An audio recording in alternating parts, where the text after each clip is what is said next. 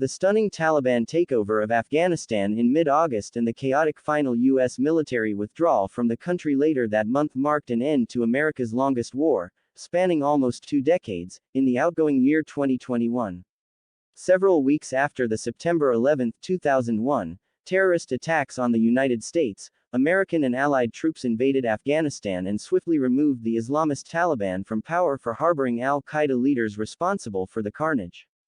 But the Taliban quickly regrouped and waged a deadly insurgency against the Western-backed government in Kabul and international forces. On August 15, the insurgent group marched into the capital city after overrunning the rest of the country in just 10 days in the wake of a shockingly rapid collapse of Afghan government forces, whom the US-led coalition trained and equipped for years. Some of those forces pointed to a lack of food, ammunition and air support. Others surrendered or fled the battlefield after striking deals with the advancing insurgent fighters. Western-backed President Ashraf Ghani and top government officials fled Afghanistan just hours after the Taliban rolled into Kabul, creating panic as U.S. emergency airlifts began at Kabul's international airport. There was a lot of chaos. There was a lot of confusion. The president of Afghanistan himself had just gotten on an airplane and flown out of the country. Nobody saw that one coming, said President Joe Biden, and his administration defended his decision to bring all troops home, saying they had long achieved the mission of diminishing al-Qaeda and preventing Afghanistan from ever being a terrorist haven. This summer, we made good on that promise. We knew this would be challenging, Secretary of State Antony Blinken told a late December news conference in Washington. But this is also the first time in 20 years that no U.S. troops are spending the holidays in Afghanistan, and we're not sending a third generation of American soldiers to fight and die there, Blinken said. The Taliban's return to power prompted concerns, however, about whether the Islamist rulers would cut ties with terrorist groups like al-Qaeda, govern the country effectively and respect human rights of all Afghans, especially women.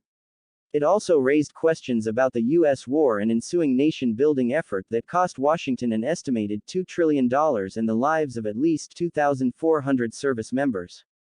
Critics such as former U.S. diplomat Robin Raffel, senior associate at the Center for Strategic and International Studies in Washington, attempted to sum up the troubled Afghan mission while addressing a seminar in Pakistan.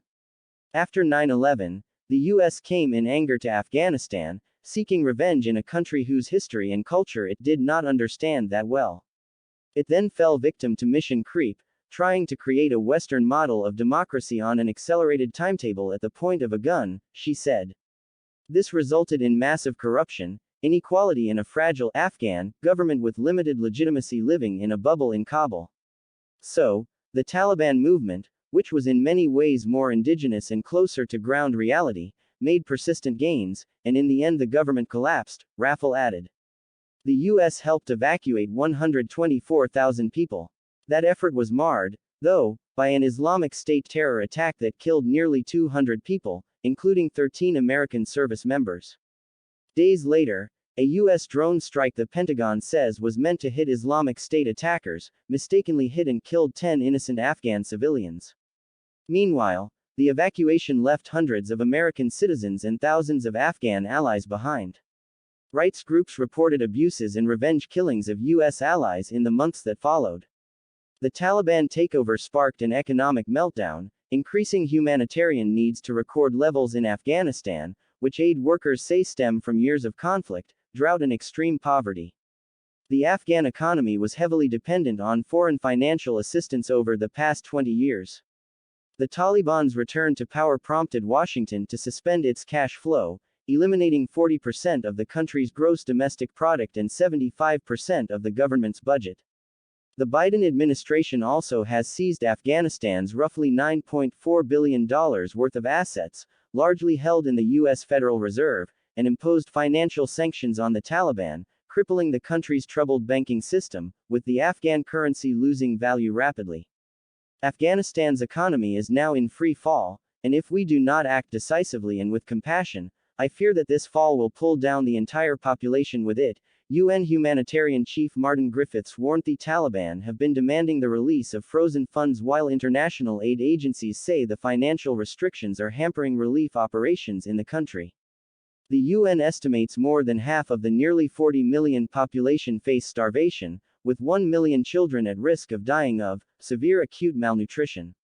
A group of 46 mostly Democratic lawmakers wrote a letter to President Biden on December 21, asking him to quickly ease ongoing punitive sanctions and unblock the Afghan reserves to avert a humanitarian disaster in the South Asian nation. The Biden administration maintains that the status of the Afghan reserves is the subject of ongoing litigation brought by victims of the September 11, 2001, attacks and other terrorist incidents, who hold judgments against the Taliban. Washington also faces difficult questions around how the funds can be made available to directly benefit the Afghan people while ensuring the Taliban do not benefit from them, as the group remains sanctioned by the U.S. as a specially designated global terrorist group. The U.S. Treasury decided earlier in December to allow personal and non-personal remittances to be made to Afghans. Washington also played a role in arranging the transfer of $280 million from the World Bank-administered Afghanistan Reconstruction Trust Fund (ARTF) to support humanitarian activities. Critics say the U.S. and the international community should look seriously at engaging with the Taliban to address the looming humanitarian crisis, without giving them diplomatic recognition. Pentagon spokesman John Kirby. Analysts say the international community can still influence the Taliban to moderate their policies in exchange for diplomatic recognition and conditional access to frozen funds to avoid a catastrophe in Afghanistan.